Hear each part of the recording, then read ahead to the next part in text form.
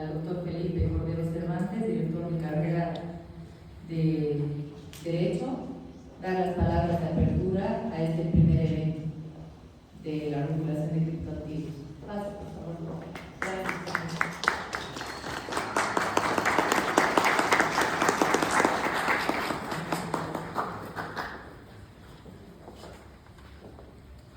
Muy buenas noches a todas y a todos. Voy a comenzar con una pregunta.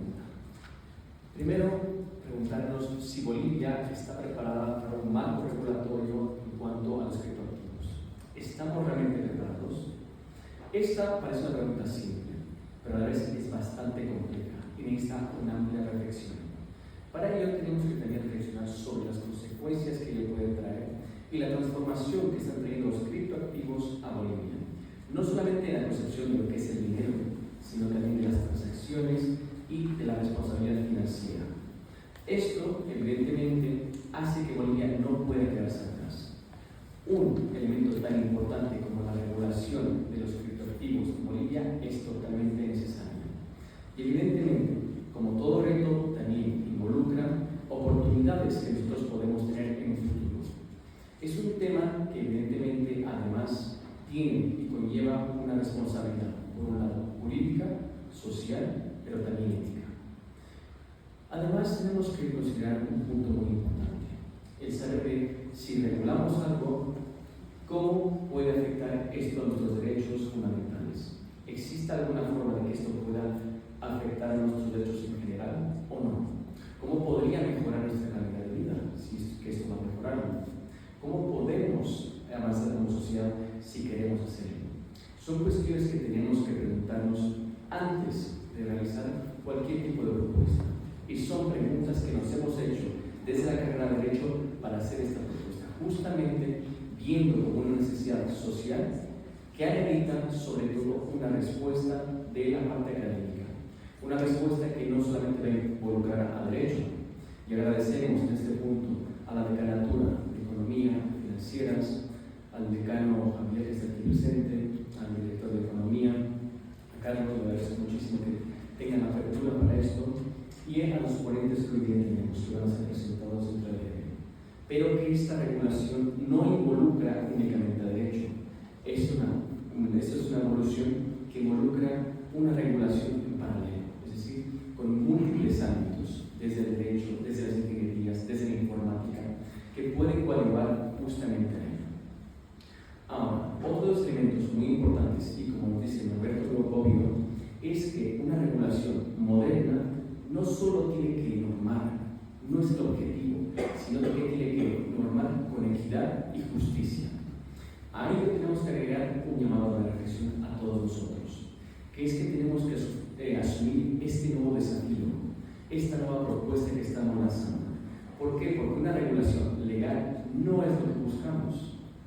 No buscamos tener más leyes, buscamos regular mejor. Y eso lo digo todo el tiempo. Si queremos realmente llegar a la ciudadanía y que la ciudadanía vea beneficios de esa regulación, se tiene que regular, por un lado, de una forma muy concreta, lo más simple posible y crear la menor burocracia en el sistema. Esa es una buena regulación. No queremos más leyes, no queremos saturar al sistema legal, que ya está sobresaturado.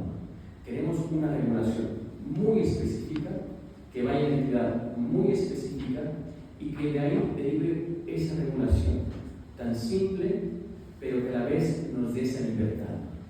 Porque como nos dice en este caso Rousseau, la libertad es donde nace este contrato social.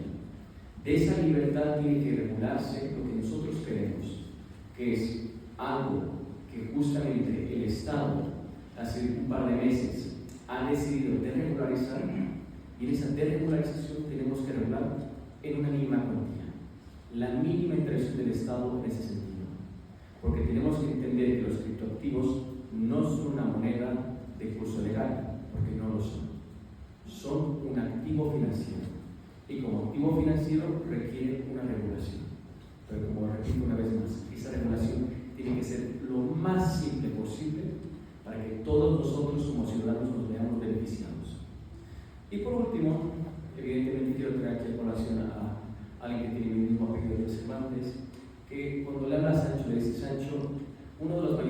Señor, que a los hombres se les ha entregado esa libertad. Y esa libertad es la que tenemos que ejercer. Y una de las formas de ejercer esa libertad es también evolucionar con el mundo y que esa libertad se vea reflejada en este nuevo mercado financiero. En esta evolución que tenemos hoy en día de la inteligencia artificial, de estos criptoactivos y de cómo podemos ver el mundo a futuro. Tenemos que hacerlo más simple, menos complicado. Y por último, antes ya de dar inicio a esta interesante mesa de debate que hemos propuesto, quiero decirles que es momento de actuar con sabiduría y visión. Damos por inaugurado esta sesión, agradezco a los organizadores, a los ponentes que están presentes y bienvenidos a todos ustedes. Gracias.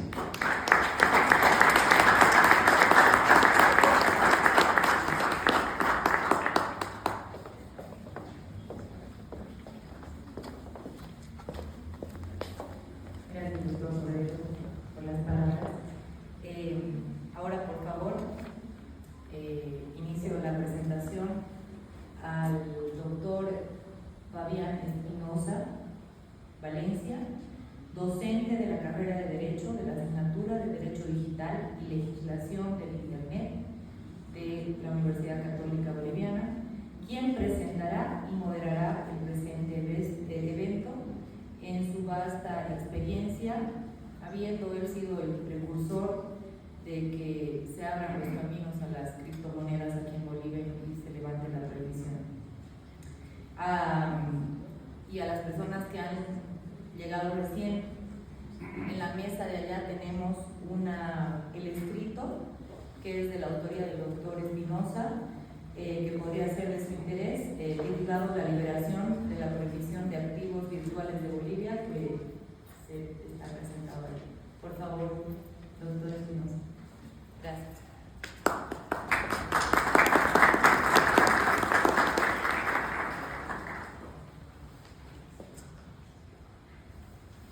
Muy bien, gracias. Realmente siempre agradecidos con esta Casa de Estudios Superiores, con todas las autoridades y con las buenas panelistas que tenemos y que se han dado el tiempo que efectivamente va a ser una jornada muy provechosa como para entender que de inicio les digo que el título ha sido predeterminadamente incitador, porque los grupos de activismo decían, ¿cómo van a notar eso? Nosotros tenemos presentes, va a haber bastante contenido, hasta incluso un par de obsequios, si se puede llamar el término, de información que no tiene precedentes, y un orden importante en cuanto que también hay dos diapositivas ahí medio infiltradas que ustedes las van a saber percibir. Inicio con el antecedente de que cuando hablamos de criptos, y por eso nos hemos permitido tener un panel multidisciplinario con un equipo detrás de la cabeza del doctor Cordero, que con esta apertura mejor introducción lo han podido ver, en la que efectivamente tenemos el tiempo con nuestra carrera, y cuando hablamos de criptoactivos o criptomonedas o economía digital, hablamos de desarrollo del país. Esto puede responder a todo y a nada prácticamente, en el sentido de que, miren, en un contexto de que estamos en una crisis medioambiental, la tecnología de criptos puede importar. La Universidad Católica Boliviana en sede de La Paz va a ser la primera propuesta de esta naturaleza para contrarrestar la posible regulación del Estado. Y vamos a explicar en qué contexto. Voy a empezar con tres cifras que por ahí no les dice nada, pero después les va a decir bastante. Tres cifras: 664. ¿Tienen alguna idea? Les doy una pista que es una línea cronológica de izquierda a derecha. Si suman, tenemos 16 años de retraso. Y ahora sí se van a dar cuenta dónde está la suma. Miren los años. ¿Cuándo surge la revolución de criptos con el paper de Satoshi Nakamoto? 2008. Hasta para eso el Estado tarda, para prohibir. Ha tardado 6 años para prohibir, desde el 2008 hasta el 2014, que ha sido la primera resolución prohibida. Después, otros 6 años para volver a renovar la resolución, como para fortalecer, porque tenía ciertas desprolijidades. Y después 4 años para levantar la prohibición. Fíjense ustedes, estamos retrasados 16 años. Pero ahora vamos a intentar ponernos al corriente, ¿no? Y entonces la premisa inicial fuerte de inicio para responder al activismo es que lo que estamos pretendiendo hacer es regular la desregularización. Lo tengo clarísimo, por más de que puede sonar paradójico.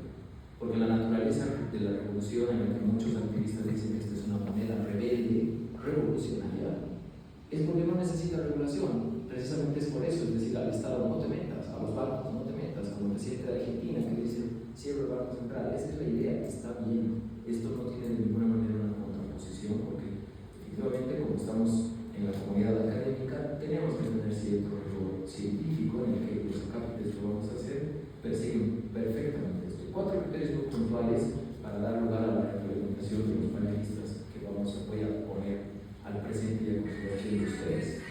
¿Qué es la regulación? ¿Qué es regulación? En principio, como dice el doctor Cordero, nos adelantaba bien. ¿Qué pasa si no se regula? ¿Para qué regulamos? Y la propuesta que aterrizamos, ¿sí? 4 criterios muy puntuales en los que vamos a dinamizar esto. El aforismo jurídico que muchos conocemos fuera y dentro del derecho. Todo lo que no está prohibido está permitido, ¿verdad? Este es un aforismo curioso. Miren, por si acaso, sé que los activistas también han pedido que sea una transmisión en vivo. Acá a veces la señal no es buena, queríamos hacer una buena transmisión, por eso acá están haciendo una filmación. Así es que luego lo vamos a transmitir.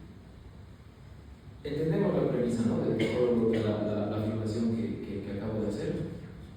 Ha llamado la atención algo. Resulta que de pronto no aterriza con la filmación que está en la pantalla. Algo ha cambiado. Creo que nadie lo ha notado. Ahora resulta que dice todo lo que no está permitido está prohibido. Miren, hemos cambiado las 2 palabras nada más. Miren cómo cambia. Aquí estoy empezando a dar los esbozos de la relevancia de que la ciencia jurídica intervenga en un fenómeno. Porque si decimos que todo lo que no está permitido está prohibido, suena bien restrictivo, ¿no? Y a veces suele pasar esto. Como si estuviésemos planteando una tesis o una investigación, que precisamente, como les digo, nos permitimos hacer en este espacio académico, es porque primero tenemos que identificar un problema. ¿Cuál es el problema realmente que nos ha traído ahora esta noche a todos nosotros? ¿Cuál es el problema? Yo he identificado en la trilogía de la postura de los 3 agentes del Estado que establecen el criterio sobre los criptoactivos o activos virtuales. Este es el panel específico. De arriba hacia abajo, el Banco Central, la ASFI y la Unidad de Investigaciones Financieras. ¿Qué dice? Esto es interesante. El Banco Central, en una parte considerativa de la resolución de junio de este año, donde levanta la prohibición, dice lo que ustedes pueden leer ahí, ¿no? Dice que conforme a las atribuciones de la Ley de Servicios, la ASFI es la que debe regular. ¿Sí? Es como una suerte de ping-pong, imagínense. ¿Por qué? Porque de pronto abajo la ASFI, en una modificación de su reglamento de instrumentos electrónicos de pago, dice, y eso es muy interesante para quienes no hayan conocido ese artículo, enfóquense en la parte final, dice ASFI no se mete y toda transacción de activos será bajo el riesgo del consumidor. Entonces al final dices, ¿quién regula? Banco Central me dice que ASFI dice que yo no me meto, porque dicen que efectivamente no está dentro del alcance de la regulación. Y la Unidad de Investigaciones Financieras, ya desde el 2017, antes de todo, era la primera entidad estatal que daba una definición de activo virtual, y así se ha quedado. Esa es una definición, pero no dice más nada, y esto lamentablemente es parte del problema, que no diga más nada, y ya lo vamos a ver por qué. Una de las primeras diapositivas infiltradas es esta, que yo no puse el muñequito, sino que esta es parte de la socialización que está haciendo el propio Banco Central, en el que pone estos 3 criterios justamente en el mismo orden. ¿Qué hace el Banco Central? ¿Qué hace ASFI? ¿Qué hace UIF? Si les doy unos segundos para que lean, dice mucho pero no dice nada, en particular sobre lo que queremos aterrizar sobre la regulación, ¿verdad? Ahora, hay 2 infiltraciones que les voy a compartir a ustedes a partir de esta gráfica. ¿Alguien les suena esto? ¿Alguien les familiar esto? Si alguien publica, pregúntale al lado si ha usado WhatsApp, ¿no? Va a pasar esto, porque esto no es público, pero tampoco es confidencial, entonces en espacio académico lo podemos decir. Esta es una captura de pantalla del informe de la resolución del Banco Central en la que levanta la prohibición. Si ustedes se fijan, se basa su cimiento, es el informe técnico tal y tal de la Gerencia de Entidades Financieras y el informe legal tal y tal de la Gerencia de Asuntos Legales. ¿Qué ha pasado? Que desde el control social hemos pedido esos dos informes. ¿Cómo creen que nos ha ido? Nada. Nos han denegado la respuesta en unos criterios de confidencialidad de la ley. No tenemos el informe. Entonces, otro motivo más para decir necesitamos dar una propuesta desde el colectivo social, ¿no? Entonces, ya aterrizando más, ¿cuál es el criterio? Esta no es una ley. Por la burocracia del Congreso, por todo el aparato, porque ya lo hemos intentado y porque ya no hay prohibición. Necesitamos algo más concreto y más específico. No es una ley, clarísimo. Entonces ahora sí llegamos a la regulación, que también el doctor Romero nos adelantaba, y que a veces suele tener este estigma de que es una mala palabra. No es una mala palabra la regulación. Por favor, quítense eso. En todo caso, si quisiéramos decir algo, es un mal necesario. No es una mala palabra. ¿Y por qué es un mal necesario? Porque si no se hace, cada quien va a la rienda suelta y se dice, como en la doctrina muy tradicional de la teoría del riesgo, una anarquía normativa. Cada quien hace lo que quiere.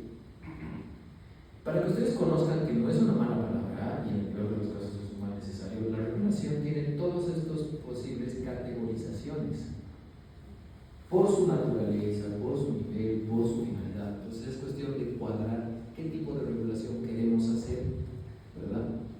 Entonces ven ahora el cambio de paradigma no es una mala palabra. Y precisamente por eso es que lo que vamos a hacer ahora es establecer una regulación. Otro infiltrado. Esta es otra diapositiva del Banco Central. Miren, dice, antes de invertir en criptos hay riesgos.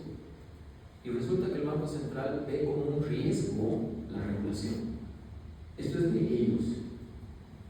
Lo pueden encontrar, no sé si están reales, pero es de ellos. Y dices, ¿cómo va a ser un riesgo la regulación? O la ausencia de ella. Por eso lo he puesto ahí tan enmarcado como ustedes lo ven. Por eso, como ven, estoy intentando recopilar criterios para encontrar la verosimilitud y la pertinencia de una regulación. ¿Qué regulación? De mínima intervención, como ha dicho el doctor Cordero, que nos ha hecho el spoiler, y reglamentaria, por supuesto también legal, nacional. Cuadramos en cuanto a su finalidad, en cuanto a su naturaleza, etc. Pero en sí es una regulación de mínima intervención y de orden reglamentario. Sí, ya estamos desplazándonos casi a la segunda o tercera idea para no extenderme y darle espacio a los panelistas a escuchar. Pues la gran pregunta, en el lado contrario, ¿qué pasa si no regulamos? No pasa nada. El activismo dice, ¿para qué vamos a regular? Ya no está prohibido, déjennos. ¿Qué pasa si no regulamos? Otra vez. De una vez, porque de nuevo es algo que quizás hasta en primicia. Para los que conocen, y si no los incentivo que puedan ver mejor, uno de los criterios bastante contrapuestos a la revolución de las criptomonedas o los activos virtuales son las monedas descentralizadas de los bancos centrales. ¿Han escuchado a los CBDCs por sus iniciales en inglés? Excelente. Miren este informe, que quizás ni siquiera voy a decir de qué entidad estatal es, pero es oficial, por eso hasta chueco lo he sacado porque la foto no estaba muy favorable. Dense unos segundos, que yo sé que es un poco odioso poner bloques de letras, pero en este caso creo que es pertinente. Dense unos segundos para leer este párrafo del informe de una entidad estatal oficial, por si acaso.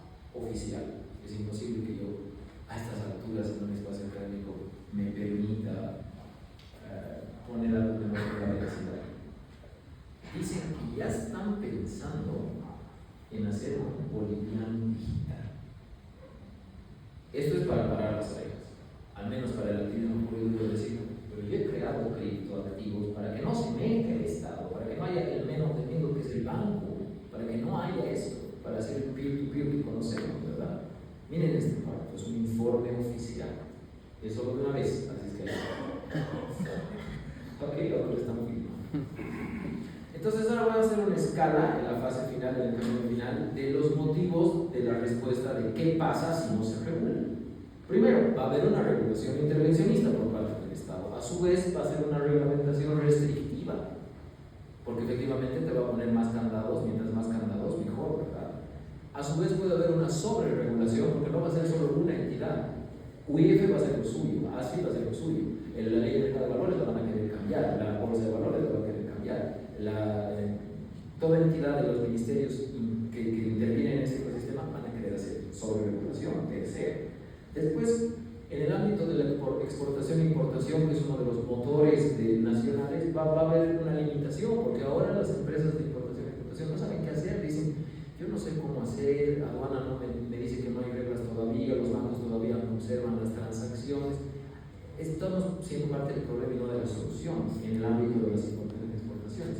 Y por tanto se da una tentativa de ilegalidad en cuanto a la jerarquía normativa, de que muchos me decían, es una resolución del Banco Central la que levanta la prohibición, por tanto el día de mañana puede volver a prohibir y entrar otra vez en la ilegalidad. O sea, hay una muy frágil no prohibición en el caso de que no haya una regulación bien establecida.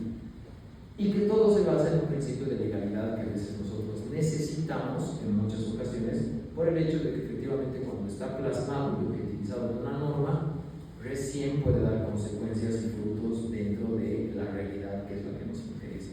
Seguimos.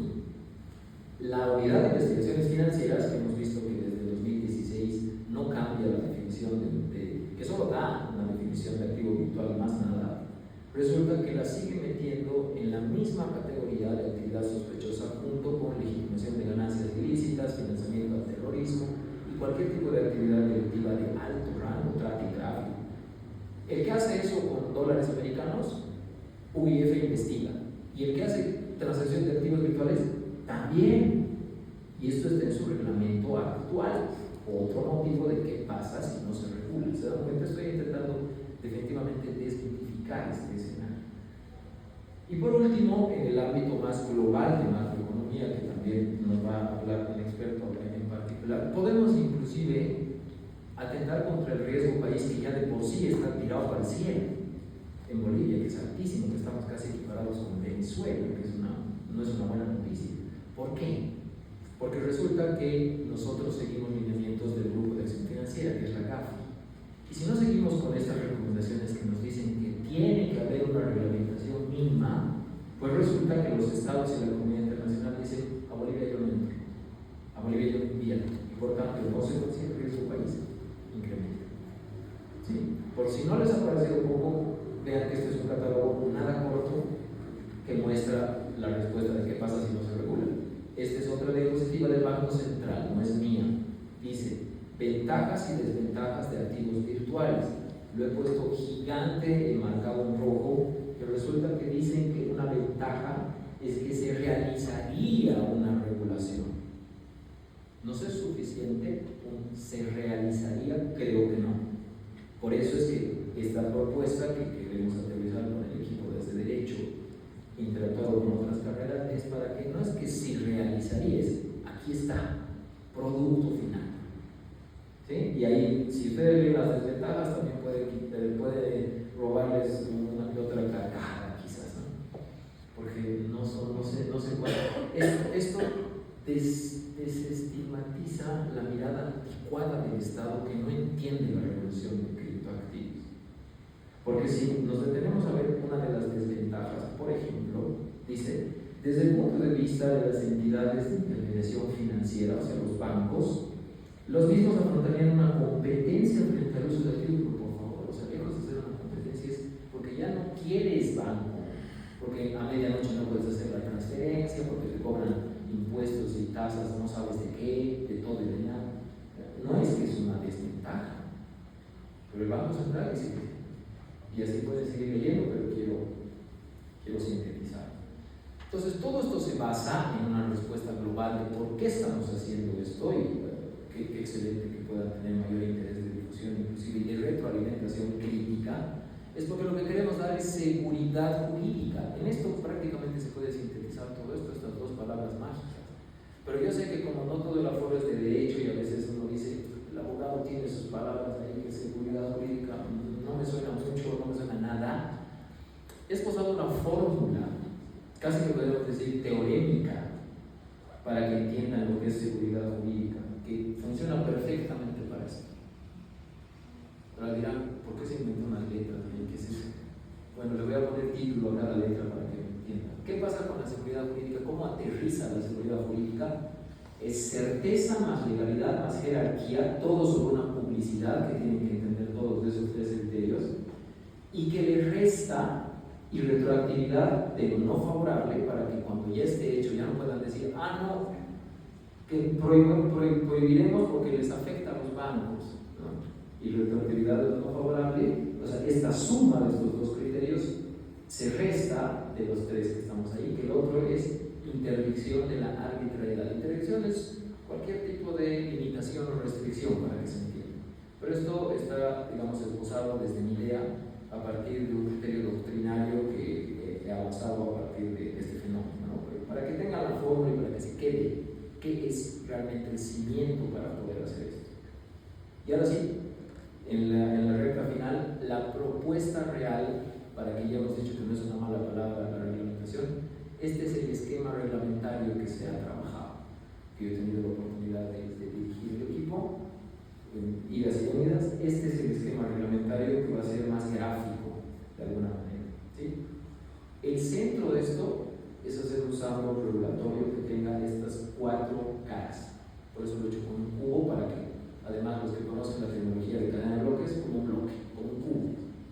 Un sandbox regulatorio básicamente es como una caja, un banco de regulación de prueba que tiene ciertos criterios de temporalidad, de ideas, etc., en la que haces como una suerte de prueba-error. ¿Sí? Esto lo van a desarrollar mejor nuestros panelistas. Y ahora sí vamos a usar todo lo que rodea a este sandbox regulatorio. El primero, y por eso lo he querido sacar de encima porque es el más álgido, es el criterio del régimen tributario. Terrible. ¿Qué pasa con esto? Nos hemos curado en sanos y lo que hemos hecho es ver que ahí sí, yo sé que se ve pequeño, pero se los muestro que está en redes. Es el primer documento del organismo internacional de la OCDE, parte de Naciones Unidas para el Desarrollo Económico de Comercio, que establece parámetros de estándares internacionales para regular régimen tributario de activos virtuales. Entonces, cuando te ciñes a parámetros de estándares internacionales, casi nunca te equivocas. Sin embargo, en lo personal, creo que el criterio que voy a dar y ninguno más sobre el ámbito tributario, donde sé que la revolución activista dice que quieren excepción para todo, son tres. Primero, que hay una excepción de gravamen a ganancias del capital, porque esto pasa exactamente con todo otro tipo de monedas. Cuando había dólares pasaba esto, cuando había euros pasaba esto. Pues, ¿por qué no con esto? Es el más arriesgado quizás pedirlo. El segundo, que además se adecúa a leyes precedentemente existentes como la ley de inversiones, que hayan incentivos fiscales, pero específicamente a quien se arriesga a invertir o a quien se anime, diré, no arriesga a invertir en materia de activos virtuales. Y por último, que me parece la más ingeniosa, si vale el término, es que permitan y abran en la normativa tributaria que se puedan pagar impuestos con criptos. ¿Por qué no? Estas son las tres ideas en las que así me acorralen. No voy a decir más del régimen tributario porque es muy sencillo y quizás puede tener una mesa en particular. Y por eso el parámetro es este documento de la OCDE. Y ya luego en bloques. Este es un resumen de lo que dice el informe de la OCDE, para que tengan una idea que no voy a leer, pero ahí está la idea del resumen de las conclusiones del informe de la OCDE sobre cómo regular tributo en activo virtual. ¿Okay?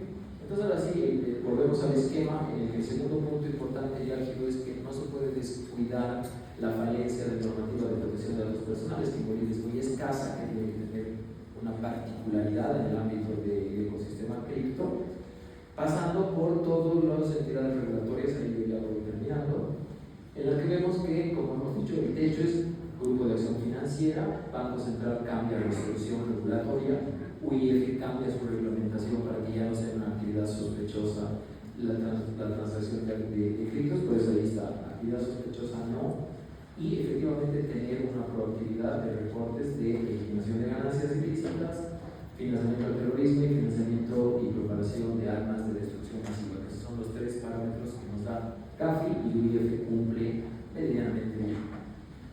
Y la sí, efectivamente, en el criterios que nos interesa ver que tiene que cambiar el régimen de defensa del consumidor financiero, que como hemos visto en su artículo inicial dice que no se va a meter y va a ser a propio riesgo del consumidor. No debería ser así, porque no lo hacen así con las monedas tradicionales. No necesita ser una moneda de curso legal para que pase esto.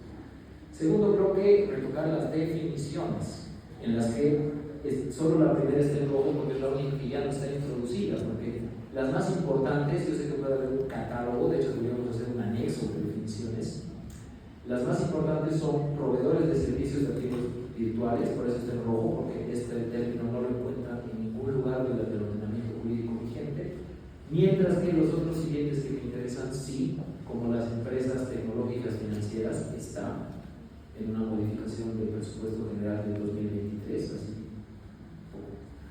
contrabando de dinero electrónico, que ya está hace bastantes años atrás, por el hecho de que se entiende que cuando ustedes hacen la transferencia en simple, en el QR, ¿verdad? Esto ya es dinero electrónico, porque no es que cuando ustedes reciben el QR del amigo, esa plata alguien del banco le ha mandado los billetes, ¿verdad? No, es dinero electrónico, ya es, pero tienes que ampliar porque las definiciones son precisas. Y una de las últimas, que no tiene ni un mes, en una modificación de una resolución del Banco Central, es que ya ha introducido la figura de cartera digital, que no es lo mismo que billetera móvil, que también le llaman e-wallet. Está en el Banco Central, es de lo último que ha modificado, menos de un mes. Estoy hablando así de agosto, septiembre de 2024. Recién han introducido esta figura bastante interesante de revisar, pero deberían haber más, pero son las que me han interesado puntualizar. Y cerramos con el tema de que el trading debería estar más enfocado a la ley del mercado de valores, a esas referencias iniciales.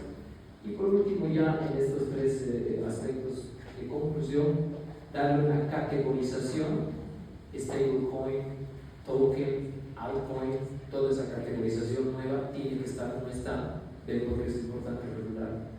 Tiene que haber un enfoque basado en gestión de riesgos para que efectivamente cumplamos con GAFI y por ello UIF no intervenga negativamente. Reformas a las normas preexistentes, a la ley de servicios financieros, por ejemplo, o al reglamento de instrumentos electrónicos de pago, o a la regulación de aduanas o a impuestos.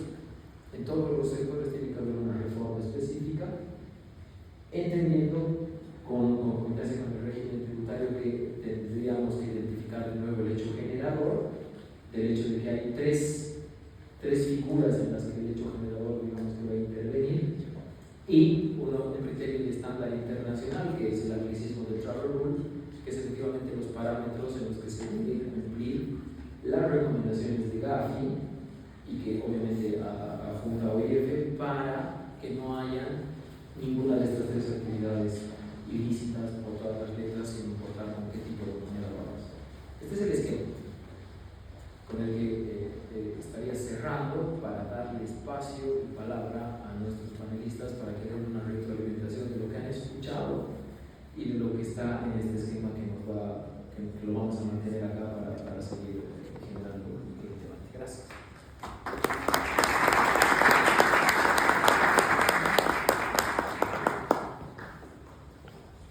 Gracias, doctor Espinosa, por la exposición. Ahora bien, agradecemos la participación y la concurrencia de los panelistas, que ahora darán sus retroalimentaciones en cuanto a las propuestas de regulación desde el ámbito de su propia experticia. De nuestros invitados está el ingeniero José Jiménez, quien tiene una vasta experiencia profesional. Actualmente es asesor senior de innovación financiera para pymes e inversión de impacto en la Embajada de Canadá en Bolivia. También es asesor senior en la regional para América Latina de microfinanzas e inversión de impacto para la Fundación y el Fondo de Inversión Rural de Rabobank de Países Bajos. Fue asimismo consultor para entidades como el BID, el PNUD y de BES Labs, el Ministerio de Asuntos Exteriores de Dinamarca, entre otros. Tiene más de 13 años de experiencia invirtiendo de manera particular en Bitcoin, Ethereum, Solana y otros activos digitales. Por favor, ingeniero, su participación. Gracias por la presentación, gracias inicialmente al doctor Cordero por la invitación a este evento, al doctor Gustavo Machicado, director de la carrera de Economía, a Fabián por compartir con nosotros la propuesta y tener una retroalimentación desde el punto de vista economicista, de un economista en favor de los criptoactivos, que también en sus años mozos ha sido inversor en Bitcoin en el 2013, y por la regulación no pude mover mis Bitcoins y tuve unas ganancias impresionantes por eso. Entonces, desde ese punto de vista voy a comenzar a dar algunas de mi retroalimentación a lo que es la propuesta que Fabián tan amablemente ha compartido con nosotros. En muchos temas comparto 100% la visión legal jurídica que da Fabián, pero en algunos, y siento, y eso es lo interesante de tener estos paneles multiactores y multicarreras. ¿Cómo vemos o cómo defino yo desde mi punto de vista economista lo que es la regulación? También casi tiene un grito al aire cuando he visto ese título del evento, pero la regulación la veo o la vemos los que pensamos en el libre mercado en una intervención mínima del Estado, una intervención donde sí se entra a regular monopolios o externalidades negativas. Hago énfasis en lo de externalidades negativas, como por ejemplo tipos de cambio diferenciados, fallas de mercado en los tipos de cambio. También hablo de una regulación en temas de igualdad jurídica, donde tenemos leyes y reglamentos claros y continuos en el tiempo. Eso es muy importante para los que invertimos, tener reglas claras en el tiempo. Sin inversión la hago hoy, de aquí a 5 años no voy a tener otra cancha donde tener que moverme, no voy a tener otras reglas donde mover mis inversiones, una protección a la propiedad y el derecho que tenemos como personas y como inversionistas a la defensa y a la resolución de disputas en un marco jurídico claro. Un tercer punto que es muy importante dentro de lo que defino yo, y se define en realidad desde un punto de vista economicista liberal, es la responsabilidad individual y de mercado. Y en eso coincido plenamente con la última resolución del ASFE. Creo que ha sido muy buena la resolución cuando dice las inversiones que se van a hacer va a ser a riesgo propio del consumidor. Eso me parece que es ya un gran avance en esta gran lucha que estamos teniendo para poder utilizar los criptoactivos dentro de lo que es nuestra economía. ¿Cuál es la función de los criptoactivos? Y esto creo que es importante enfatizar. Hay 5 específicas: la libertad individual y la descentralización, cosas que coincido totalmente con ella. Libertad individual, tenemos la libertad de tomar nuestras decisiones de dónde invertir nuestros recursos. El desafío que tienen, y eso me gusta ver aquí tantos jóvenes, el desafío que dan y enfrentan los grupos activistas ante el status quo de un sistema financiero que a veces en todo el mundo tiende a cortarnos nuestra libertad económica. El derecho que tenemos a la propiedad privada, y esto no es nada leve, este es un derecho humano que tenemos todos a tener una libertad, de tener una propiedad privada digital. Como compramos nuestra accesibilidad al Windows, a Word, tenemos derecho a tener criptoactivos. Tenemos el derecho a la libertad económica, a tener decisiones sobre nuestros recursos. Y esto y este último punto que no es tampoco mínimo, es el derecho a la igualdad y a la no discriminación. discriminación. Cuando nosotros salimos como bolivianos al exterior, no somos iguales a los norteamericanos, a los alemanes o a los suizos que tienen recursos en sus wallets de criptoactivos. Nosotros dependemos de tarjetas de crédito. Ahí no somos iguales y uno puede sentirse discriminado. Entonces creo que esos derechos nos brindan los criptoactivos, y coincido plenamente con el doctor que tenemos que desde un ambiente académico impulsar a que estos derechos se puedan cumplir. No me quiero alargar mucho en temas académicos, pero sí es muy importante que la definición que tengamos todos en este panel y tengan todos en la vida cotidiana es los diferentes criptoactivos que hay. Inicialmente está el Bitcoin, contra los que todo el mundo lo ama o lo odia, genera esos sentimientos. Gente como yo lo ama, hay gente que lo odia porque tiene mucho riesgo. Pero ha sido el primer criptoactivo y el que mayor capitalización de mercado tiene en el mundo. Después están las altcoins. Han debido escuchar que aquí tenemos a alguien de la Fundación Ethereum, que es también un criptoactivo sumamente importante, la segunda en capitalización de mercado. Y hay más de 9,000 altcoins en el mercado. Estamos hablando de 9,000 oportunidades que tenemos de inversión, de tomar una decisión con nuestros recursos.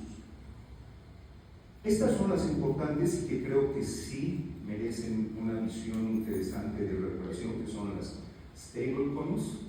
USDT y USDC son las que tienen un valor igual a $1, y esa es con la cual muchos de nosotros ahora estamos transando con nuestros QRs, Binance, P2P, que tienen el valor de $1. Entonces nuestra demanda de dólares quizás se ve salvada por este tipo de activos.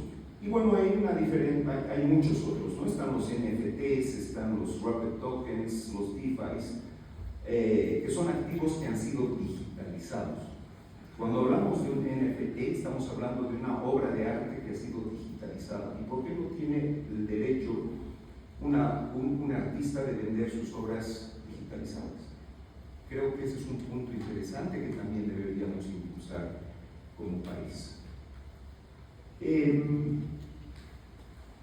Me voy a alargar un poquito más, ya desde un punto más economicista y teórico, y aquí voy a generar un poco de malestar. Los criptoactivos no son criptomonedas. Mis amigos activistas ya van a comenzar a sacar sus bates, pero no son criptomonedas. ¿Por qué? Porque no cumplen 3 funciones específicas que la economía les da a las monedas: medio de intercambio, unidad de cuenta y reserva de valor. Ya, estas 3 funciones son las que le da la economía a una moneda, y notoriamente nosotros no intercambiamos el Bitcoin. Obviamente nosotros no, o la gente en el mundo no dice: mi casa vale 4 Bitcoins. Y en las últimas crisis económicas, en lo que es la crisis del COVID, no ha servido como reserva de valor. No son monedas. Y eso desde la academia económica hay que decirlo, no son monedas, pero sí son activos. Los activos también pueden ser intercambiados. ¿A qué me refiero con esto? Sí cumplen una función de activos en los cuales yo puedo invertir. ¿Por qué? Porque se aprecian de valor. Yo puedo diversificar los activos en los cuales estoy invirtiendo. Cumplen con la ley de a mayor riesgo que yo incurro en comprar mis activos, espero una mayor recompensa. Entonces sí, yo los puedo definir como activos. Finalmente, para no alargarme, he querido los puntos que se han expuesto poner, y 5 minutos pido para eso, y por eso 2, me han dado 2. Termino. Hacer una comparación entre las regulaciones, la más ruda, la más fuerte contra los criptoactivos que está en Japón y la más amigable con los criptoactivos que está en Portugal. En el tema de licencias y registros, Japón exige registros para todos los exchanges y estar sumamente regulado por la Agencia de Servicios Financieros. En Portugal no se necesita registro. Hay regulaciones sí fiscales para operadores que obtienen ingresos con criptomonedas, y eso sí se lo hace dentro de Portugal. Protección al consumidor, eso es sumamente importante. Ambos países protegen mucho a sus consumidores, a sus inversionistas. Y estos puntos, yo les decía ayer en un chat, que son los que más tenemos que hacer énfasis en nuestro país y en todo el mundo, que es la prevención del lavado de dinero y el financiamiento del terrorismo. Ambos países hacen normativas GAFI, siguen las regulaciones de sus regiones, y creo que también por eso Bolivia ha entrado a abrir la puerta a los criptoactivos para seguir la normativa GAFI, ¿no? Y eso nos motiva mucho a continuar con ello. Y finalmente, y después voy a tratar de dar ya una propuesta específica que me parece interesante desde el lado económico, hay que ver el tema impositivo. En Japón son sujetos a impuestos los ingresos o los rendimientos de todas las inversiones en criptos. En Portugal, por otro lado, no son sujetos a impuestos, y más bien son sujetos a exenciones. Estamos hablando de un inversionista que vaya a un país como Portugal está exento de impuestos, y más bien el país lo impulsa en el Ahí estamos impulsando a que haya mayor movimiento económico en nuestro país. Como último punto, y creo que es importante, en ambos países se promueve mucho al blockchain y a la tokenización. Estamos hablando que las cadenas productivas son tokenizadas, que uno puede ir a un país, verificar donde va a importar, por ejemplo, café, verificar que la producción de café sea de alta calidad, y ese momento paga con sus criptomonedas. Entonces estamos hablando de que en ambos países sí se motiva mucho a la tokenización de los blockchains con los cuales trabajan ellos. Ahí la paro porque ya me está viendo con cara de delincuente presentadora, pero espero que hayan podido dar desde un ámbito amplio como desde la economía queremos ver a lo que está haciendo. Gracias.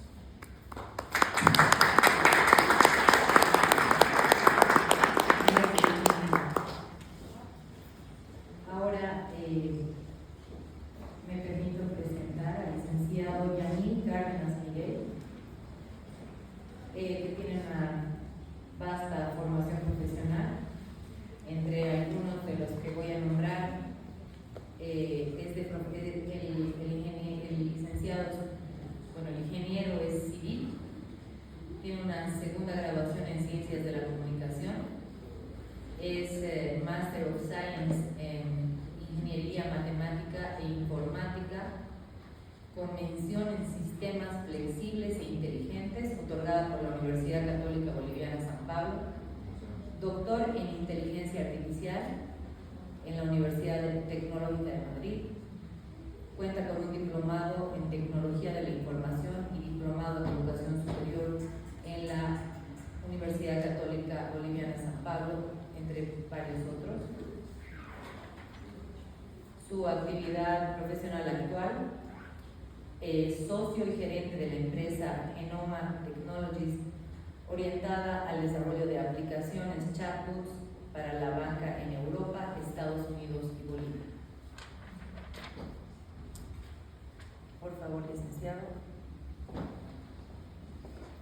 Estimados colegas, para mí es un gusto, un privilegio el haber recibido mi invitación en un evento como este. ¿Qué mejor transmitir algo que es importante en este siglo XXI, el conocimiento?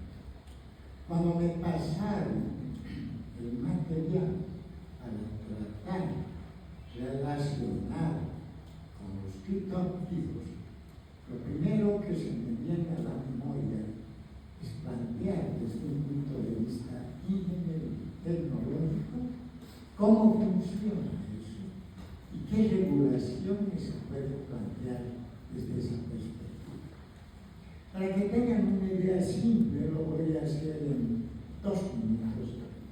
¿Cómo funciona eso? Y a raíz de ello es que uno se pone en la situación de ese entorno tecnológico y ver qué se puede regular. ¿Okay? Vamos a hacer de cuenta que todos ustedes están mandando un mensaje en WhatsApp. Ese mensaje llega a un servidor principal. Ese mensaje llega a un equipo centralizado, un data center que está en la nube. ¿Y dónde es eso? Es un servicio que está en algún lado, por eso se habla de imprecisión, pero que trabaja con Internet. Ese servicio centralizado, por características tecnológicas, tiene un punto de criticidad. Cae el servidor, cae el servicio y hay que recurrir a los equipos alternos. Eso nos ha pasado con Face, nos ha pasado con WhatsApp en su momento, donde aparecieron muchas alternativas como mensajería Telegram. Pero ¿qué ocurre cuando hablamos de ese manejo de criptoactivos? Ahí aparece una genialidad que se maneja hace 18 años. Allí aparece el concepto de descentralización.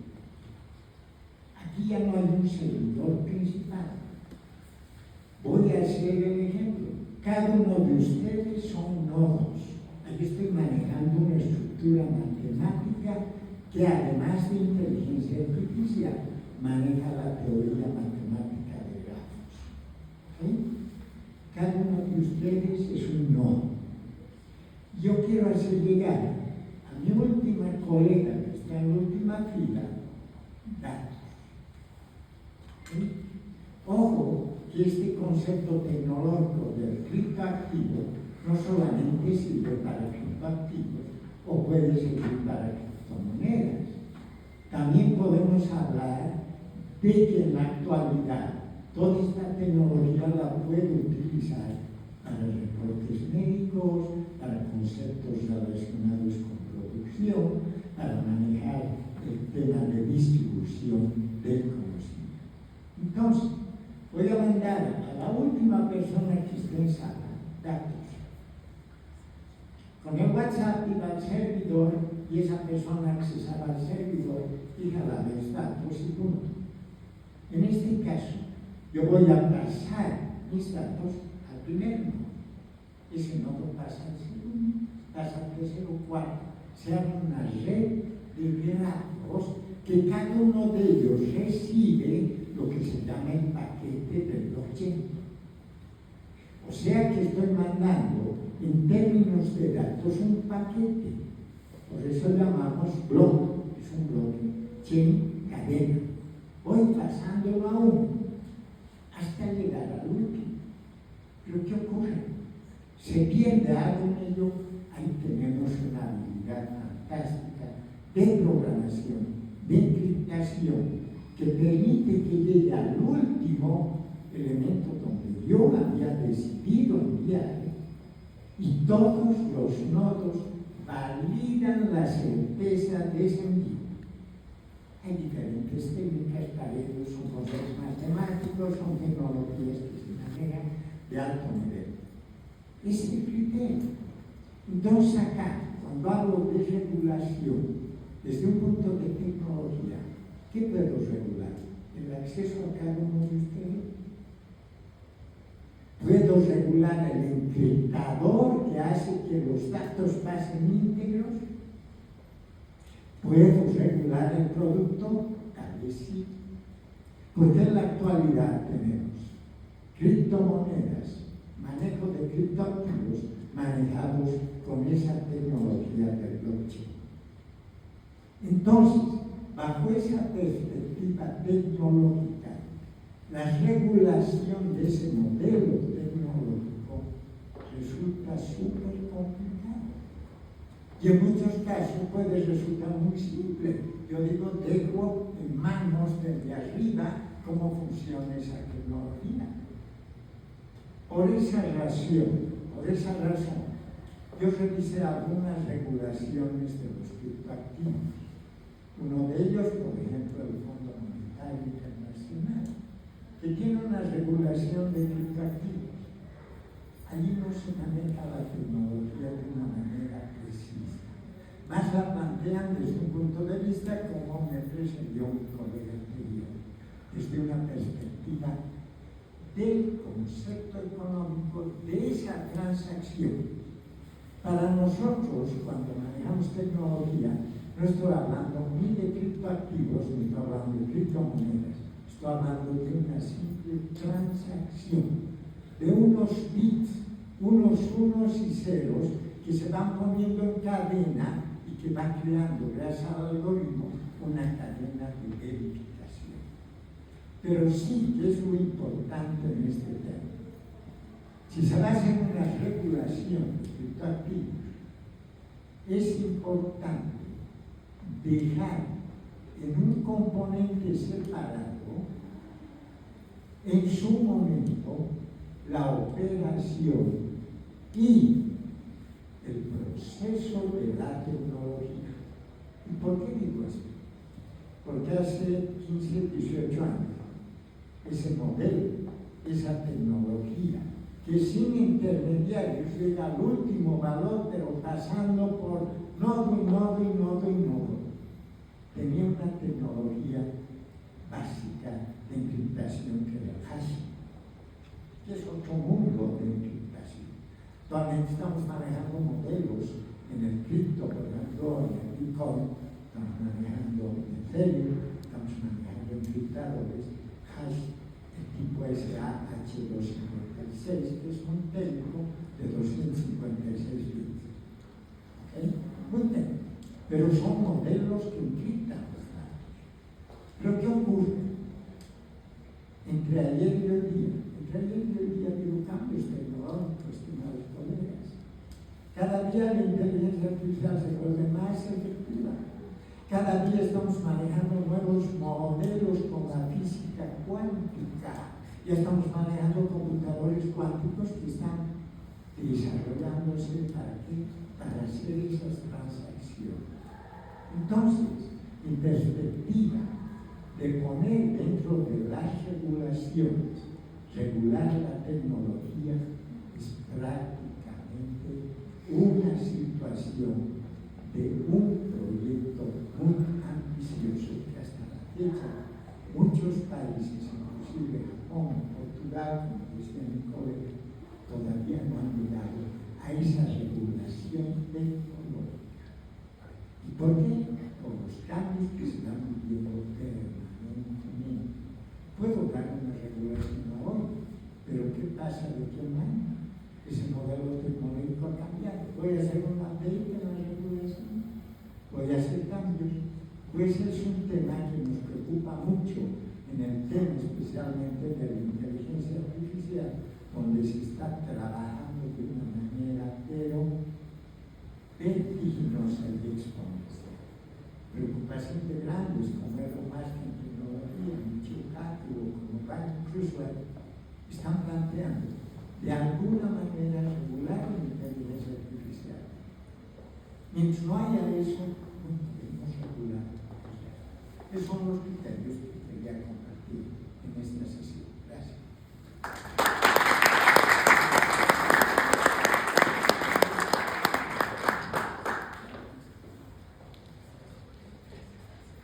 Muchas gracias, ingeniero. Ahora me complace presentar al licenciado Samuel Gallardo. También agradecerle su presencia en este evento. Él es uno de los fundadores de la comunidad de Ethereum, con más de 20 años de experiencia en el ecosistema cripto. Por favor, antes de que inicie con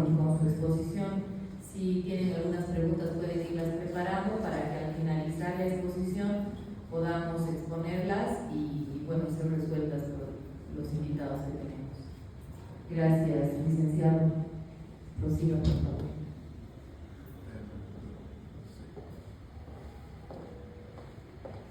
Hola, ¿me escuchan? Buenas tardes. Perdón, corrigiendo un poquito, no son 20 años de experiencia porque la tecnología solamente tiene 15. Mucho gusto, muchas gracias de estar aquí. Les agradezco a los presentes y a la Universidad Católica, como siempre, apoyándonos. Hemos tenido el año pasado nuestra primera hackathon, nuestra primera maratón para programadores en Ethereum en la Universidad Católica. Y de eso estamos muy agradecidos. Bueno, yo formo parte de una comunidad en Bolivia. Llevamos aproximadamente 4 años desde que empezamos. Hemos tenido muy buena recepción. Estamos centrados más que nada en lo que es educación y divulgación de la tecnología blockchain. Ethereum es una computadora Turing perfecta. Es donde se han originado los smart contracts. Gracias a Ethereum tenemos USDT, USDC y muchos otros criptoactivos, NFTs y otros productos o que se han desarrollado gracias a esta tecnología. Quiero empezar respecto al tema de la regulación de los criptoactivos y respondiendo a la pregunta del doctor Felipe Cordero, que decía al principio si Bolivia está preparada para regular los criptoactivos. Me parece una muy buena pregunta. Para todos los presentes, como antecedentes, quiero que sepan que todo esto existe gracias a la blockchain. La blockchain, donde surgió Bitcoin. Bitcoin es la primera moneda criptográfica desarrollada en blockchain en 2008 y funcionando desde el 2009. Recomiendo a todos leer el white paper de Satoshi Nakamoto, que es la expresión de la libertad. Y a eso es a lo que nos dirigimos con esta tecnología. Esta tecnología representa descentralización, anonimato, transparencia, rapidez y libre portabilidad. Nosotros podemos transferir criptoactivos entre distintas personas, de peer-to-peer, sin depender de un tercero, ya sea de un gobierno o una entidad financiera. Esta es la base de los activos de la blockchain y de todo este ecosistema tan grande, que es tan complejo, cambia día a día, como decía el colega Cárdenas, y los demás colegas han hecho también una gran exposición al respecto. Pero es bueno tener estos antecedentes como inicio. Voy a ser breve en la propuesta que tenemos las comunidades de desarrolladores y educadores en blockchain, en Bitcoin, en Ethereum, en activos. Nosotros estamos proponiendo la creación de un sandbox regulatorio.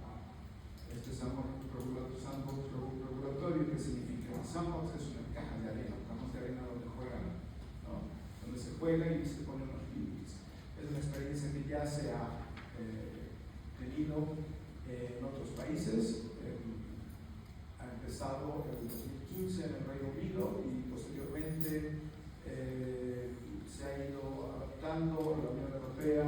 En 2020 ha iniciado a través del sandbox regulatorio la preparación de una ley regulatoria de criptoactivos que se llama la ley MiCA, que ya está en una fase de prueba, se está aplicando y entra en vigencia plena en 2025. Esta es la primera experiencia que se hace seria de regulación de criptomonedas, criptoactivos, pero curiosamente no toca NFTs, no toca el tema de DeFi, si saben más o menos lo que son finanzas descentralizadas, o al menos no directamente, Sí lo hace en cuanto a lo que son los ciertos tokens, ¿no? De gobernanza. ¿Qué es un token de gobernanza? Pues el Ethereum es I, ¿no? Pero en Ethereum tienen otras muchas criptomonedas, la gran mayoría están desarrolladas en Ethereum gracias a los smart contracts en su blockchain y la criptografía. USDC, USDT están desarrollados en Ethereum. Entonces, el siguiente paso pues lo han dado otros tantos países, hasta hace poco eran 80 y pico, tal vez ya deben estar por los 100, el último lo que tenemos en el registro ha sido, el mes pasado Tailandia ha empezado con un sandbox regulatorio. Estos sandbox regulatorios consisten en ir implementando son experiencias, ¿no? de implementación, de sectores involucrados, de los interesados, y lo que se busca es entre todos ir adaptándose a los grandes cambios que hay en la tecnología diariamente, o sea, constantemente esto va creciendo. Por ejemplo, les voy a poner un ejemplo sencillo. Si ustedes han usado una wallet digital, una wallet de activos, necesitan una billetera caliente, ¿no? Una hot wallet. Necesitan dos palabras, ¿no? Para una billetera fría, ¿no es cierto? Que es donde se debería guardar los activos que traen una para mostrarles, por si no la conocen. La leche en Francia, lo que es este preso. Aquí se puede guardar Bitcoin y otras decenas de criptomonedas. Este es nuestro nuevo banco central. Y todo esto ahora se está simplificando. Ya tenemos en Bolivia un proyecto que lo estamos desarrollando nosotros, es una billetera digital que no requiere las 12 palabras. Están bolivianos. Se funciona con una tecnología implementada por el técnico recientemente. Entonces, la tecnología cambia tanto que es muy difícil realmente regular la blockchain, la tecnología. Los criptoactivos y las plataformas sí deberían ser de cierto modo controladas por las entidades en lo que se refiere a lo que comentaba el colega abogado Mariano Espinosa con su cuadro sobre el sandbox regulatorio. Nosotros hemos trabajado juntos en esa propuesta. Hemos presentado el proyecto de ley conjuntamente con las demás comunidades y estamos esperando pues que se vaya avanzando en el tema. Estoy muy agradecido de estar aquí presente. Si desean alguna otra información al respecto, nosotros tenemos una página en Facebook de Bolivia y tenemos reuniones mensuales donde damos charlas sobre la tecnología, enfocadas básicamente en la educación y principalmente, porque ese es el objetivo nuestro, es el que más jóvenes se proyecten hacia el resto del mundo, ¿no? O sea, programadores, hay lugar hasta para diseñadores gráficos que puedan participar en proyectos que, para que tengan una idea, hoy en día se están desarrollando en este momento 2.000 proyectos en todo el mundo relacionados con el ecosistema, finanzas descentralizadas, organización, NFTs, lo que busquen. Realmente ese es un ecosistema muy amplio. Así que agradecido nuevamente y gustoso de colaborar en todo lo que haga falta y agradeciendo a la audiencia por asistir. Muchas gracias.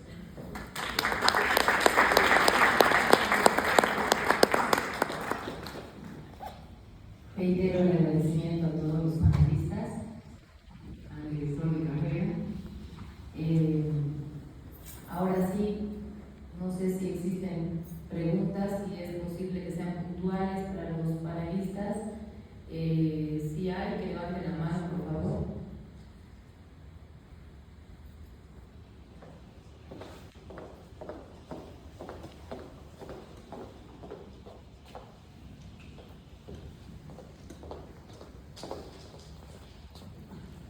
Gracias, buenas noches y gracias por la ponencia.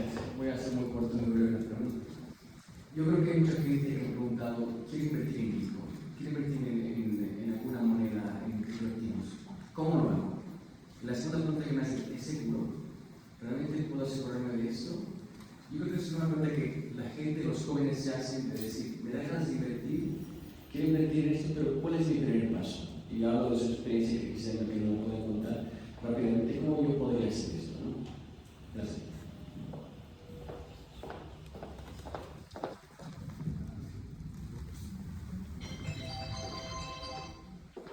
Gracias por la pregunta. Yo les voy a contar mi experiencia personal. Como les iba diciendo,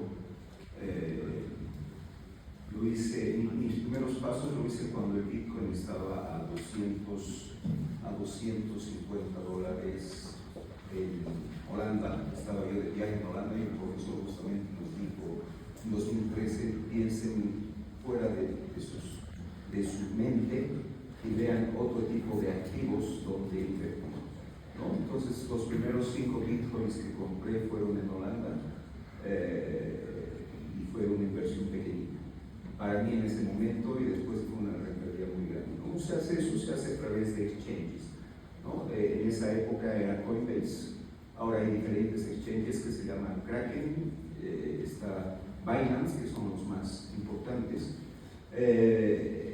Se lo puede hacer directamente, no desde Bolivia, sí se lo puede hacer a través de tarjeta de crédito, tarjeta de débito, teniendo una wallet, como decía Samuel. Uno puede tener una wallet en frío, puede tener una wallet también en la computadora, o puede tener sus billeteras dentro de las mismas plataformas. Lo mejor es tener una wallet en frío. Yo también tengo mi Ledger bajo 5 LMs, y mi esposa sabe los códigos de la caja fuerte, pero sí, cuando me muera le va a llegar un mensaje a su teléfono con todas las cartas.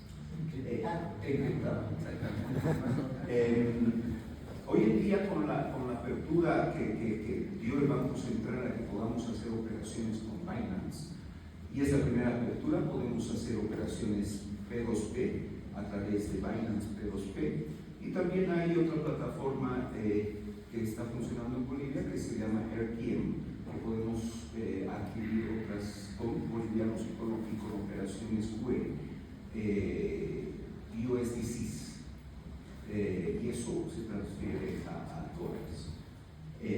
Ya el proceso posterior a convertir esos USDCs que tienen el valor de $1 a Bitcoin y demás, y es responsabilidad de cada uno, y lo puede hacer en sus mismas billeteras. Hay diferentes billeteras que tienen la posibilidad de hacer intercambio con un costo un poquito mayor, o lo puede hacer en cuentas que tienen ya registros y no son totalmente, uno se tiene que registrar, poner su canal de identidad, todo, donde uno puede hacer esta clase de inversiones. Y de ahí viene ya una propuesta que me animo a lanzar, que es que lo que deberíamos regular aquí en Bolivia es el movimiento de las USDTs y USDCs, que eso es fácil hacerlo a través de movimientos bancarios. Ya la toma de decisión de saltar un Bitcoin, de saltar un Ethereum, de saltar cualquiera de las 9.000 activos que están, y es decisión propia, y lo hace uno a su propio riesgo. Y eso es lo importante de ver, que tenemos que tomar nosotros una posición sobre nuestro riesgo y saber que tenemos consecuencias sobre nuestras decisiones. Para resumir, podemos saltar ahora a USDT y USDC, que está permitido a través de plataformas P2P, y eso a través de ya billeteras en caliente, como se llaman, o dentro de los exchanges se puede hacer el intercambio por las diferentes monedas. No es una recomendación, no lo tienen que tomar así. Son activos altamente volátiles, pueden variar 33-40% en un solo día, tienen que hacer un análisis propio, y por eso creo que viene el susto de los usuarios comunes, ¿no? Yo hablaba con el director de economía, con el doctor Machicado, y le decía, en uno de estos activos se puede ganar 33% en 2 semanas del valor invertido, pero se puede perder todo en un día. Y eso es otra anécdota que les puedo contar después.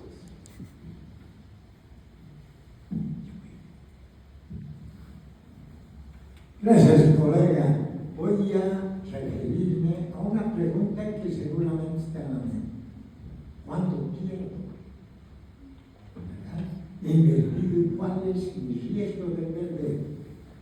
En el ejemplo que les he dado, cada uno es un mundo. ¿Y quién regula ese valor de ese atributo? Yo lo llamo atributo. La cantidad de gente que se mueve en ese entorno. ¿Qué pasa si por razones X o Z pierden interés todas las personas de este grupo? Al perder interés, ese atributo va a perder valor. Por eso hablamos de un término volátil. Ha habido muchas monedas, como el OneCoin, por ejemplo, que ha desaparecido. ¿Por qué? Porque se ha encontrado que había dentro del modelo un concepto de una estrategia Ponzi. La gente se enteró de ello y que perdió la confianza. Y no es el mercado que va a regular, sino la cantidad de usuarios que van a ir manejando ello. Entonces, el concepto de esa volatilidad. Y ahí tenemos una ruleta, ¿no? Entonces ahí la ruleta juega, pero tenemos también tecnología muy interesante y agradable, que es la tecnología de la ciencia de datos, que está presente en el mundo de la tecnología actual, donde se manejan datos masivos y podemos obtener patrones de comportamiento de ciertos atributos de qué va a pasar y aquí como una predicción basada en inteligencia artificial y la ciencia de datos. Gracias.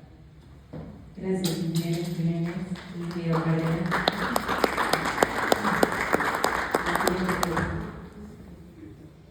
Buenas noches. Bueno, dos preguntas puntuales. La primera es ¿cómo lo analizan o ven si se pudiera tener una ley mundial, como lo están haciendo prácticamente en Europa con la ley MiCA? Porque creo que están prácticamente cada nación sacando su propia regulación. ¿No tendría más sentido poder unificar una sola normativa que pueda unir a todo lo que serían los países que no cuentan con esto? Porque prácticamente están tratando de crear la pólvora. Bueno, es una opinión. La segunda es, ¿qué pasaría si la mayor parte de los usuarios de estos criptoactivos empieza a migrar a lo que son, por ejemplo, Zcash y Monero? Que de las 2.4 millones de criptomonedas que existen, perdón, corrigiendo, no son 9.000, son 2.4 millones, empiezan a migrar ahí, ¿y cómo se lo regularía a esas personas? Gracias.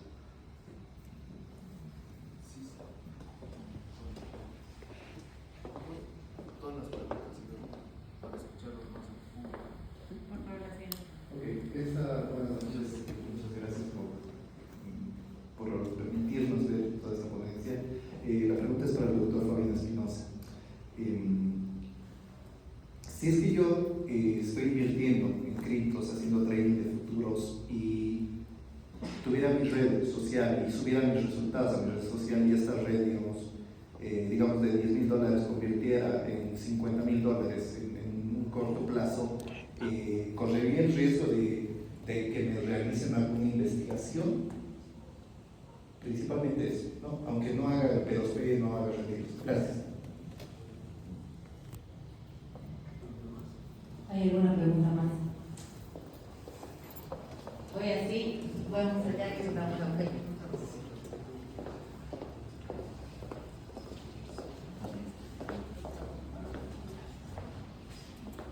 Buenas noches y gracias. Bueno, a modo de comentario y luego la pregunta, bueno, es muy evidente cuando el gobierno no tiene control sobre algo, siempre lo va a calificar como negativo, como una amenaza. Es evidente, por ejemplo, allá en 2014 la primera prohibición que mandó, ¿no? La resolución de directorio de Banco Central de Bolivia, ¿no? Y se han tardado demasiado tiempo, pero a modo de comentario, o sea, el gobierno algo que eso no sé siempre lo va a tachar de negativo, pero a ver, la otra pregunta tiene que ver con el tema de regulación e innovación. Por ejemplo, si bien se ha lanzado en la historia lo que viene a ser Bitcoin en el 2008, el 2009, etcétera, para adelante, ¿Por qué se ha demorado tanto tiempo en regular, no solamente en nuestro país ni a nivel latinoamericano, sino también a nivel mundial?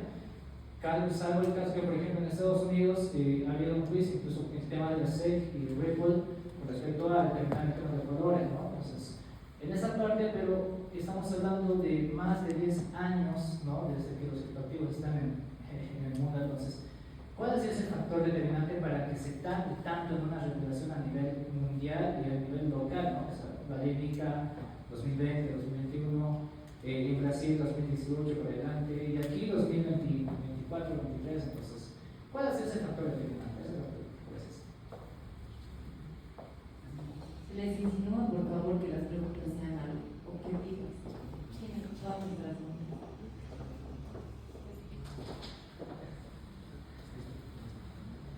buenas noches, señores panelistas y comunidad estudiantil. Tengo dos consultas o recomendaciones que quisiera que el ingeniero pueda responder esta duda que tengo.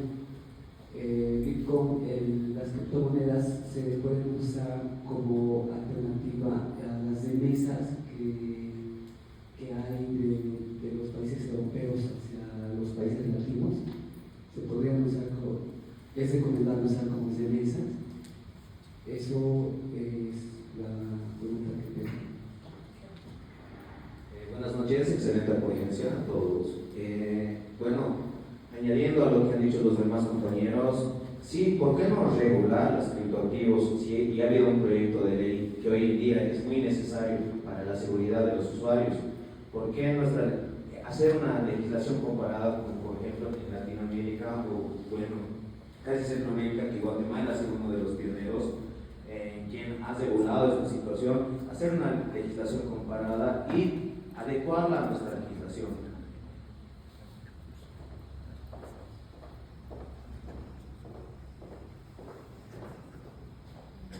Buenas noches.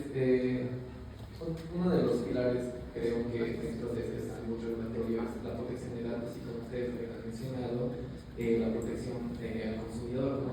Bueno, respecto a lo primero, mi pregunta sería: ¿qué tipo de riesgos enfrenta, por ejemplo, una persona común o, bueno, cualquier tipo de persona respecto a sus datos? Porque los financieros es bien conocido que, bueno, es uno de los aspectos más preocupantes para una persona que está muy interiorizada en estos temas, pero respecto a los datos personales, ¿a qué riesgos nos estaríamos enfrentando, por ejemplo?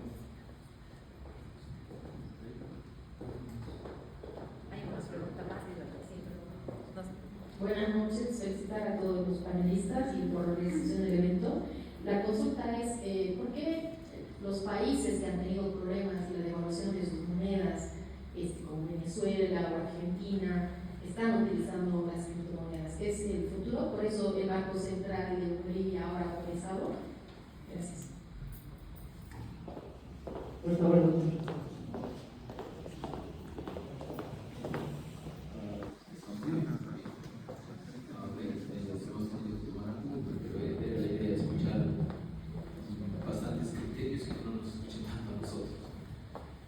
En principio es la idea de intentar hacer una normativa marco más global como MiCA en la Unión Europea debiese ser así. Lo que pasa es que el lineamiento de la Organización de Estados Americanos no está respondiendo a ese tipo de política pública de derecho internacional y por ende específicamente uno debería decir Grupo de Acción Financiera, que de hecho hay CAFILAT o CAFISUD, que son como subcategorías, ya debiese ser ese el estándar.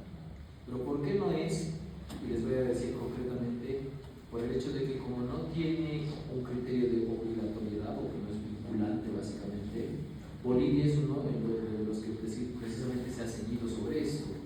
Hago alusión a uno diciendo, también he escuchado que hemos presentado hace 2 años ya esta iniciativa legislativa, un proyecto de ley en particular para que se levante la cripto en una ley más marco, y 4 ministerios del órgano ejecutivo nos han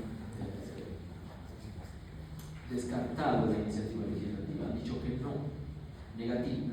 Y entre eso lo interesante está que el Ministerio de Economía nos decía puntualmente: yo prohíbo como Estado, porque sepan que el Ministerio de Economía es cabeza del Banco Central.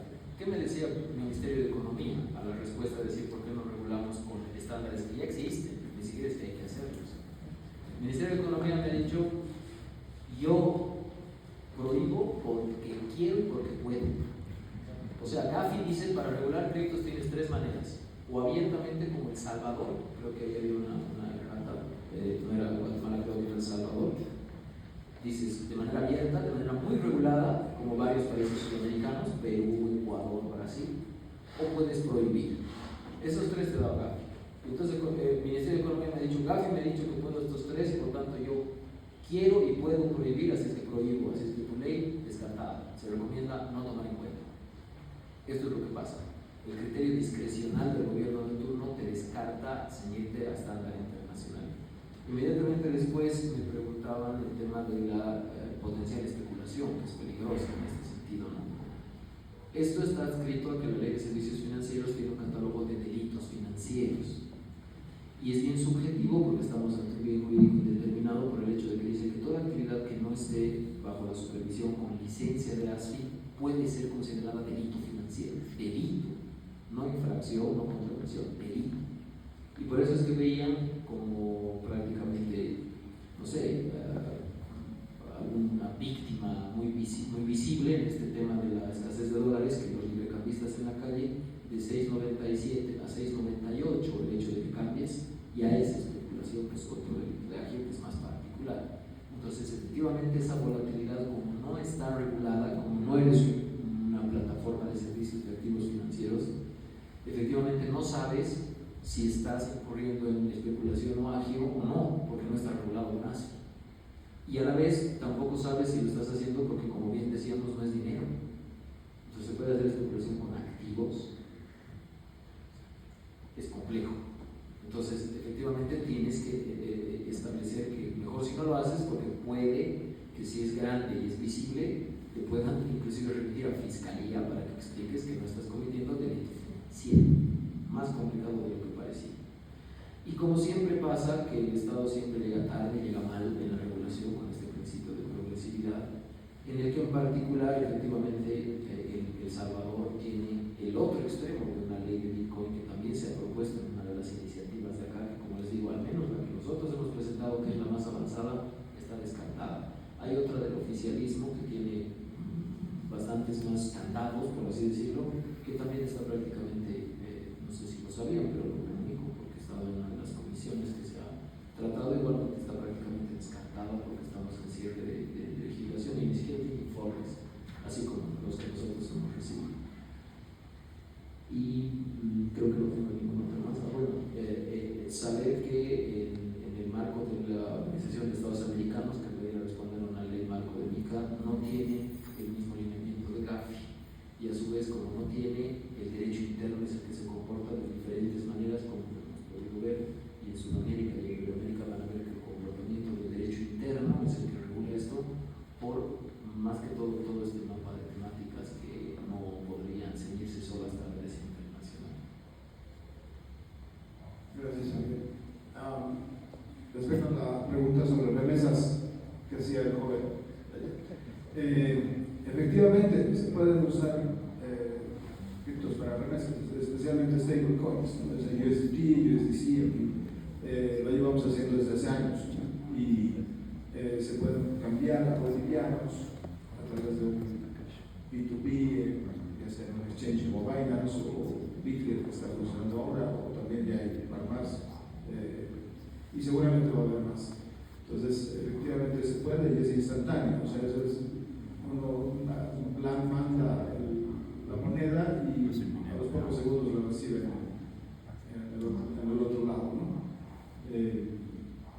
Esto facilita mucho, realmente, bueno, esperemos que se siga desarrollando y que vamos adelante. Las siguientes sobre la evaluación. Bueno, en Argentina, en Venezuela, han tenido que usar criptoactivos básicamente, principalmente monedas estables, ¿no? Entonces, USDT, USDC, se está empezando a usar aquí. Les voy a comentar algo interesante. Bueno, yo soy comerciante verificado en Binance también. Y tenemos grupos en los que hablamos hace años.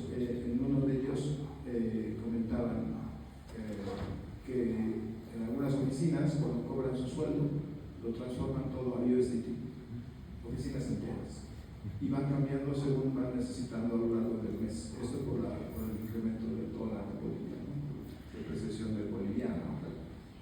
Entonces, efectivamente, es una forma de refugiarse de la devaluación de la moneda. Eso sería la respuesta también. Gracias. Complementando las respuestas de mis colegas, agradecer por la corrección del número de criptos que hay a la fecha. Realmente estoy desactualizado. Yo he ido por una amiga y me dicen que 2.4 millones. Segundo, ¿por qué riesgo corremos de que todos se transfieran a Monero y a Zcash? Me parece una muy buena pregunta, porque yo creo que el inversionista está más interesado en invertir en activos en los cuales se pueda medir la trazabilidad, se pueda saber dónde están mis activos, y Monero y Zcash justamente son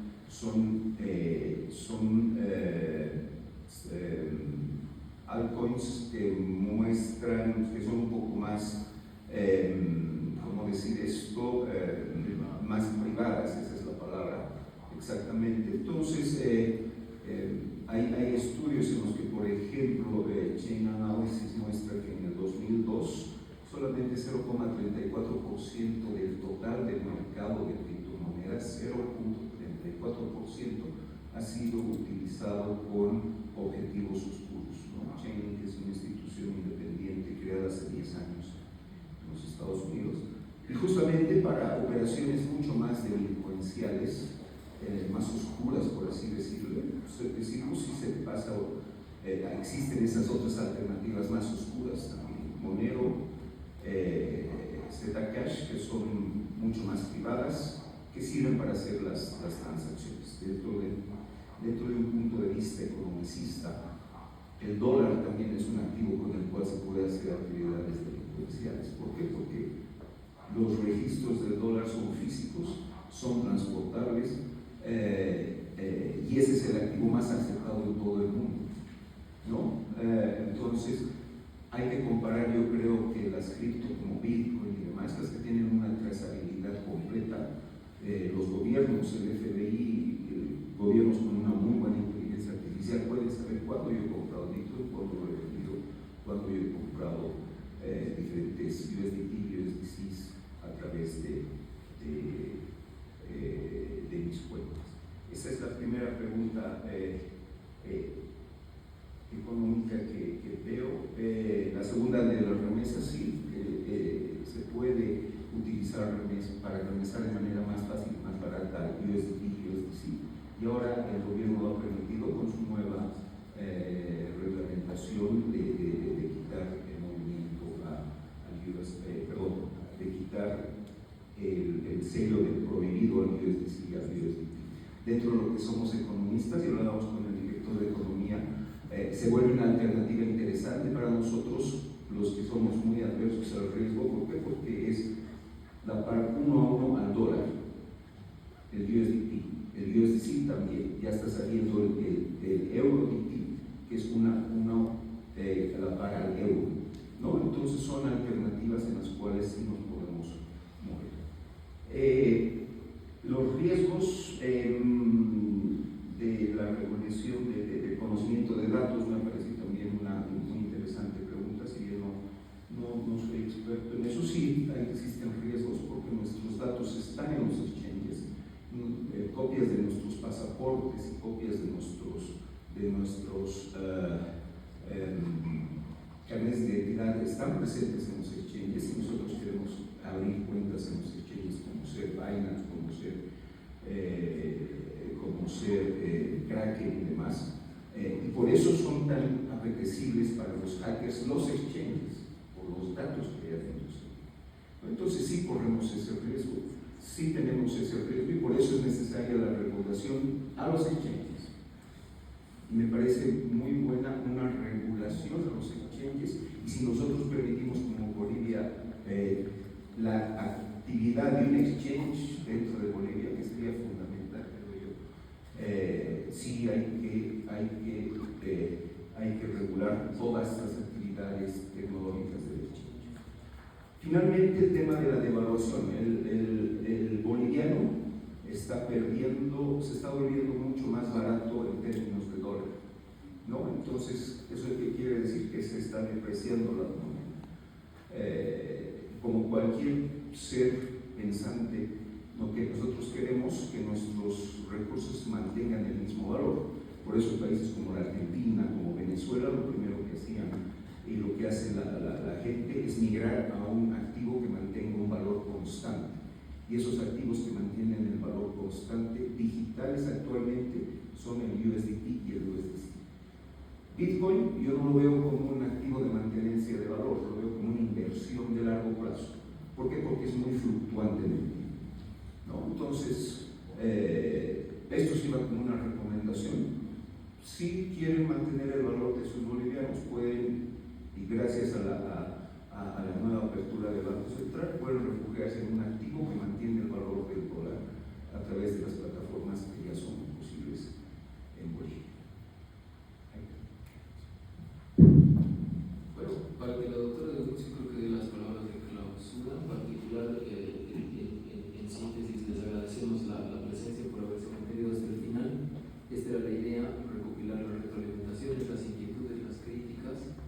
La universidad, desde la carrera de Derecho, agradeciendo otra vez al doctor Cordero desde su dirección y con el equipo. Si acaso tienen alguna observación en particular o alguna